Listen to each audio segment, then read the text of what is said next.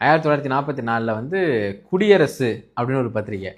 அதில் வந்து ஒரு துணை ஆசிரியர், அப்போ ஒரு துடிப்புமிக்க இளைஞர் இல்லையா, அவர் எழுதுகிறாரு, நான் ஒரு புத்தகத்தை படிக்கிறேன். அதில் ஒரு பக்கத்தில் நான் படிக்கும்போது தச்சன் வண்ணான் அப்படின்னு இருக்கு. நான் அப்படியே அது அடுத்த பக்கத்துக்கு நான் போகும்போது ஐயர் அப்படின்னு இருக்கு.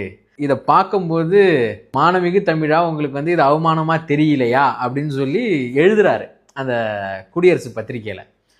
இதோட இம்பேக்ட் அவருக்கு எது வரைக்கும் இருக்குன்னா, இவர் 1957 வந்து வெரி ஃபர்ஸ்ட் டைம் எம்எல்ஏ ஆகிறார்.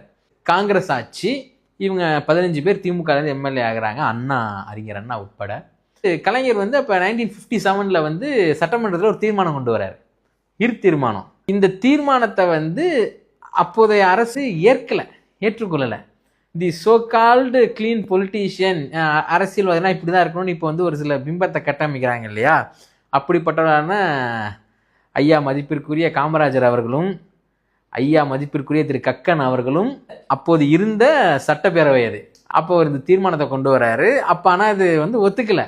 இதில் ஹைலைட்டாக இன்னொன்று என்னென்னா, திரு கக்கன் அவர்கள் வந்து இன்னென்று சொல்வதில் இழிவல்ல அப்படின்னு வந்து அவர் சொல்கிறார். இது வந்து அசம்பிளி நோட்ஸில் இன்னும் இருக்குது, நீங்கள் இதை பார்த்துக்கலாம். ஸோ அவரால் அன்றைக்கி பண்ண முடியல 1957. இது அவர் எப்போ செய்கிறாரு அப்படின்னா, 1975 வந்து அவர் சீஃப் மினிஸ்டராக இருக்கும்போது தீர்மானம் கொண்டு வராரு. அதாவது இனிமே வண்ணான் இல்லை வண்ணார், தச்சன் இல்லை தச்சர் அப்படின்னு சொல்லி எல்லா ஜாதிகள் பெயர்களுக்கு பின்னாடி வந்து கொண்டு வர்றாரு. இது மட்டும் இல்லை, இன்னொரு விஷயமும் அவர் செய்கிறாரு.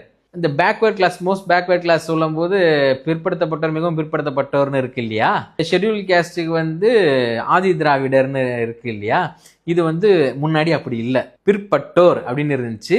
இன்னும் ஷெட்யூல் கேஸ்ட்டுக்கு வேற மாதிரி இருந்தது.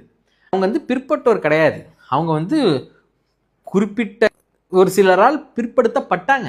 ஸோ அதனால வந்து அதை பிற்படுத்தப்பட்டோர் அப்படின்னு மாற்றினார்.